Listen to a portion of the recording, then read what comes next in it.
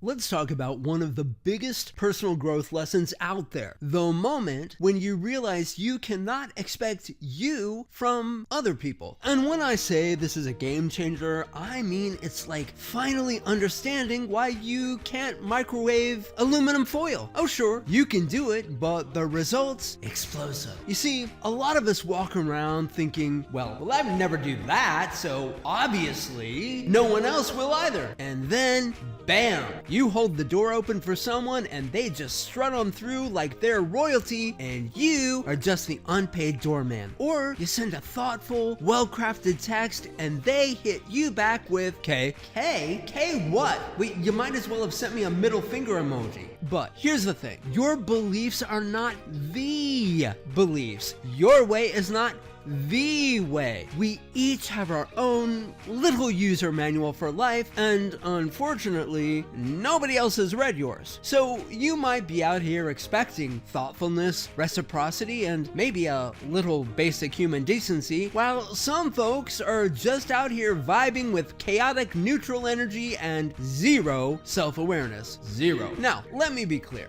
This realization is about achieving peace. It's not about rolling over and just accepting everything. There are limits, my friends. This is not an invitation to accept racists, homophobes, misogynists, fascists, or, let's be real, Trumplicans, which is really the same thing. We're talking about appreciating differences, not disrespect. So let's not confuse embracing diversity with letting toxic people ruin your life. So what do? We set our expectations accordingly. Stop expecting people to act like you and instead observe them, like a scientist studying a very questionable species. That way, when they do something wild, you won't be surprised. You'll just be like, oh yes, typical behavior of the inconsideratus maximus. At the end of the day, understanding this truth is freedom. When you stop expecting